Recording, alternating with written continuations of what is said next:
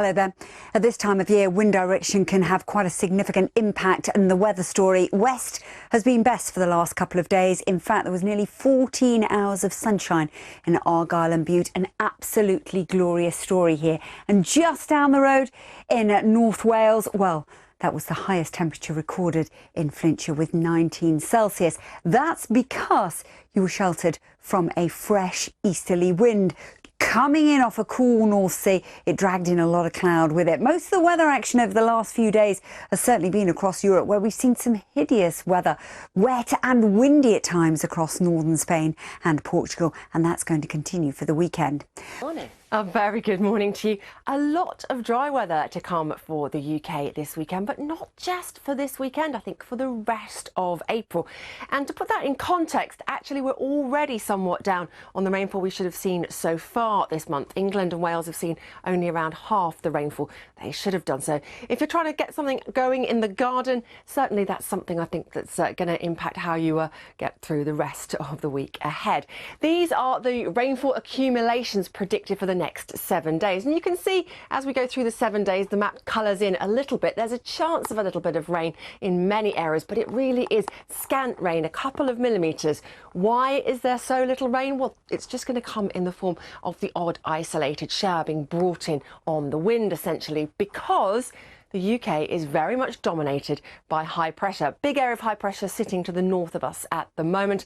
It's a real mess around this low further south in the Bay of Biscay, and those easterly winds may just whisk a few showers in to the north of that low across southern areas of Britain today. But the majority of the UK will stay dry, and the majority of any showers we do see will be fairly light. I have a question for Susan, who's taking a look at the weather. Oh, lovely cows behind you. Susan, earlier you were talking about if you want to get out into the garden and whether or not it would be good, you know, in terms of working in the garden. And it just made me think, have you got green fingers?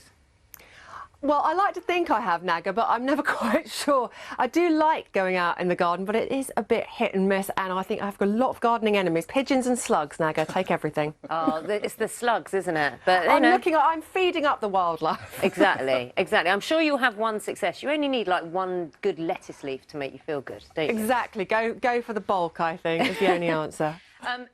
Good weather then for gardeners, yes or no? Good weather for getting on the garden for sure, but actually, like, I'm trying to get some stuff going at the moment, and obviously watering is the thing we're all having to turn to now, because it's been pretty dry for much of the UK so far this April. This is beautiful, beautiful Ballymena here this morning. Blue skies.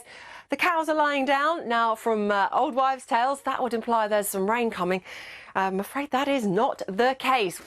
Got any lovely blossom around where you are this morning? Send your pictures in. We'll show them off. bbcbreakfast@bbc.co.uk is the email. And, of course, you can get in touch via social media. And it may well be. You blustery. You're concerned it's going to be too blustery and all the blossom goes. I think it sometimes does that it looks great for a day. Blossom blows off a tree.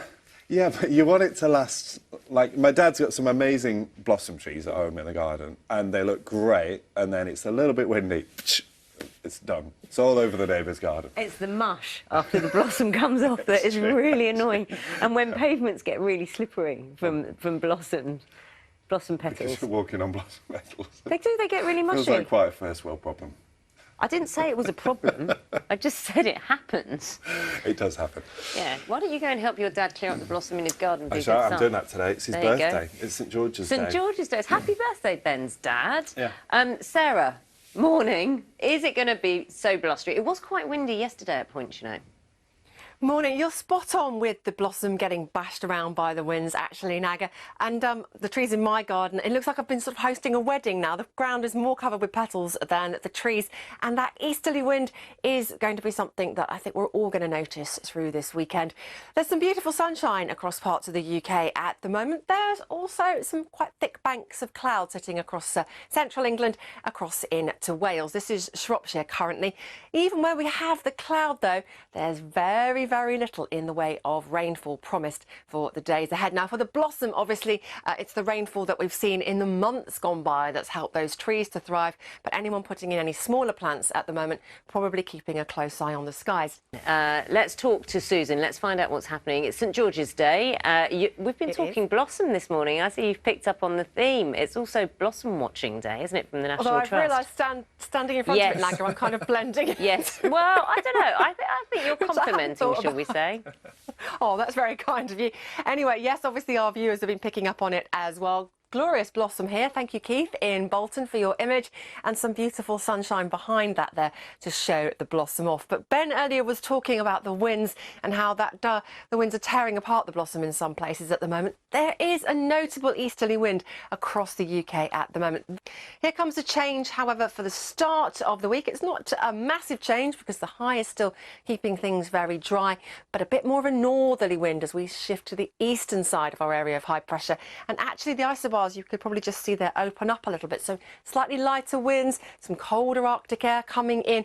Not only for gardeners have we got the challenge of it being a little bit on the dry side, it's going to be worth just bearing in mind night on night, checking the detail of your forecast for the chance of a few pockets of frost into the end of April.